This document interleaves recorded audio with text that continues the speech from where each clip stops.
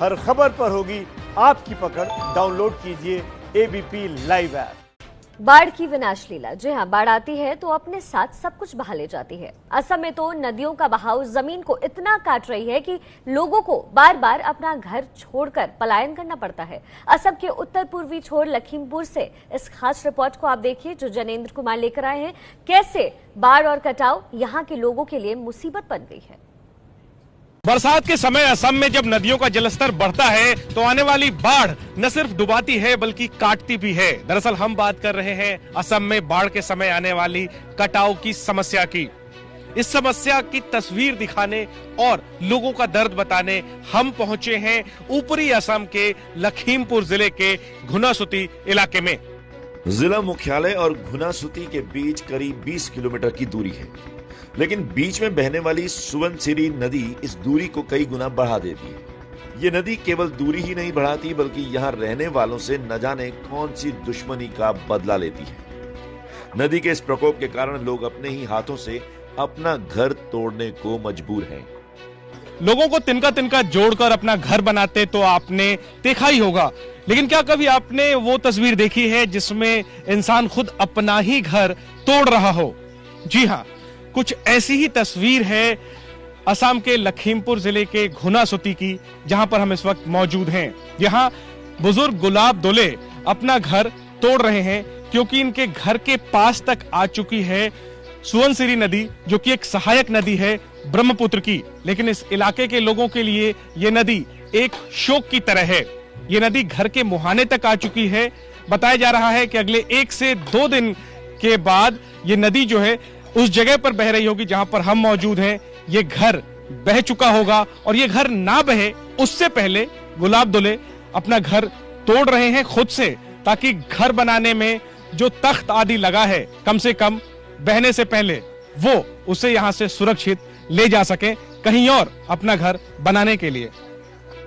गुलाब दुले के भाई रविराम दुले बताते हैं कि पिछले 6 सालों में 5 बार घर तोड़कर विस्थापित होते रहे हैं, लेकिन सरकार की तरफ से कोई सहायता नहीं मिली। इतना 100 साल में पास भागा है ना, कोई नौका पैसा भी नहीं मिला है। सरकार से कोई पैसा नहीं मिला है। सालों से कटाव के कारण इस इलाके से गुजरने वाली सुवनसिरी नदी कई घरों और सैकड़ों एकड़ जमीन को निगल चुकी है। बाढ़ के वक्त कटाव यहाँ हर वक्त होता रहता है। हमारे सामने भी मिट्टी का बड़ा टुकड़ा टूटकर नदी से जा मिला, वह भी तब जब नदी में बहाव और दिनों से कम था। मिट्टी नदी में धीरे धीरे मिलती जाती है और घुनासुती जैसी जगहों के लोगों का डर और मुश्किलें बढ़ती जाती हैं। ऐसे लोगों का दर्द जदू तालुकदार के जरिए समझिए। 10 साल पहले जदू तालुकदार जहां रहते थे वहां अब नदी बहती है। वहां से हटकर इन्होंने जहां पक्का मकान बनाया उसे भी कुछ दिनों पहले तोड़ना पड़ा। देखिए किस तरह ये अपने ही घर को हथौड़े से तोड़ रहे हैं।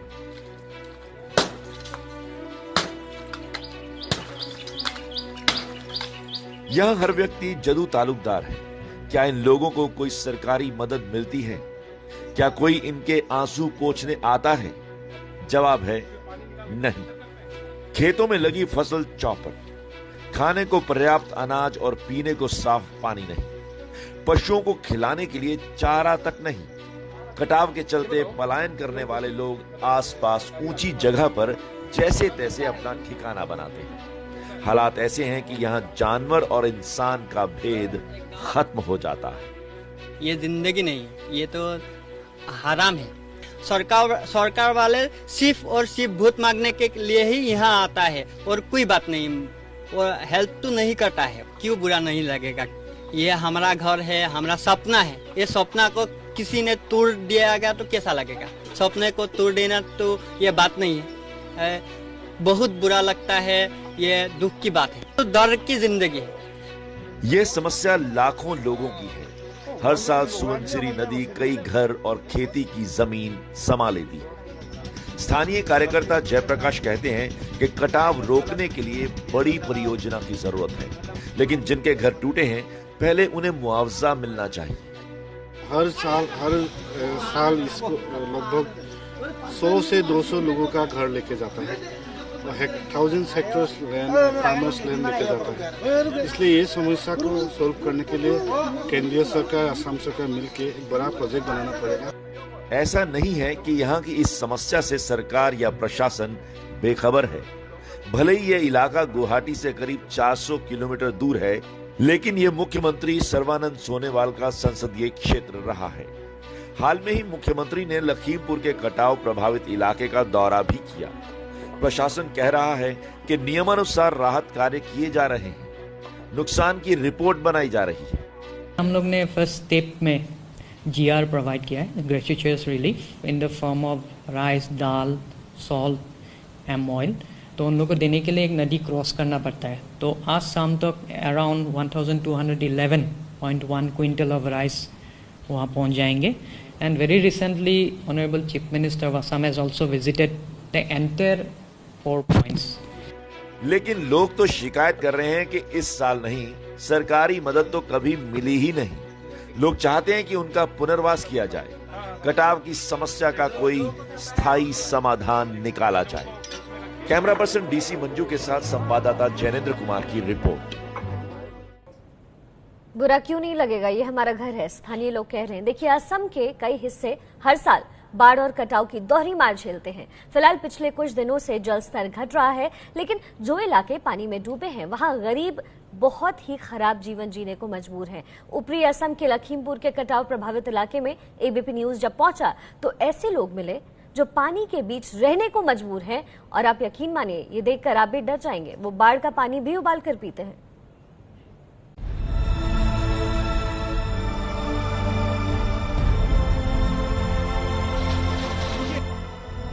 ऊपरी असम के लखीमपुर जिले के घुनासुती ग्राम पंचायत के लोग सुवनसिरी नदी में आई बाढ़ और कटाव से बेहद मुश्किल हालात में हैं। बाढ़ से लोग पलायन करने को मजबूर हैं, लेकिन पलायन के बाद भी मुश्किल खत्म होने का नाम नहीं लेती। ऐसे एक घर के अंदर चलिए देखिए कैसे गुजारा होता है। जिस घर के अंदर हम मौजूद हैं, ये घर चारों तरफ से पानी से घिरा हुआ है। न सिर्फ चारों तरफ पानी है, बल्कि घर के नीचे भी पानी है। और इसी वजह से जो घर है वो जमीन से तकरीबन 2 मीटर ऊंचा बना है। ऐसे घरों को सांघर कहते हैं। तकरीबन 1 मीटर पानी घर के ठीक नीचे है। कुछ इस तरीके की जिंदगी लखीमपुर के बाढ़ प्रभावित और कटाव प्रभावित लोग जीते हैं। दरअसल 2 महीने पहले तक इन लोगों का घर एक पक्की जगह पर था और पक्का मकान था, लेकिन अब वहां नदी गुजर रही है, वहां से नदी बह रही है और इस वजह से वो इन लोगों ने वहां छोड़ करके यहाँ ठिकाना बनाया। लेकिन अब यहाँ भी पानी भर चुका है और बता रहे हैं ये लोग कि अब हफ्ते भर में इस घर को भी इन्हें खाली करना पड़ेगा और उसके पहले घर को तोड़ना पड़ेगा ताकि यहाँ का सारा सामान ले जा करके कहीं और ठिकाना बना सकें। 2 महीने पहले जाधव सैकिया का 7 लोगों का परिवार कटाव की मजबूरी में अपना पक्का घर छोड़कर सूखी जगह पर रहने आया। इन लोगों ने यह कच्चा घर बनाया और अब इसे भी उजाड़ना होगा, क्योंकि नदी का किनारा नजदीक आता जा रहा है। और यहाँ में बांध पानी हो गया, इधर से पानी, खुआ पानी भी नहीं है। इधर से हमें पानी आनेगा तो फिल्टर करेगा और गर्म करेगा और पिएगा। बाढ़ का पानी पीने की कल्पना ना भी कर सकें तो उस डर की कल्पना करिए कि कच्चे घर में 1 साल का बच्चा और बिस्तर के ठीक नीचे गहरा पानी। लोगों की मांग है कि सरकार उन्हें सुरक्षित स्थान पर रहने की व्यवस्था करवाए। दिव्य ज्योति फूकन की हिंदी अच्छी है, यहाँ के लोगों की पीड़ा उनसे सुनिए। ये जिंदगी नहीं है, ये तो हराम है। सरकार वाले सिर्फ और सिर्फ वोट मांगने के लिए ही यहाँ आता है और कोई बात नहीं, और हेल्प तो नहीं करता है। क्यों बुरा नहीं लगेगा?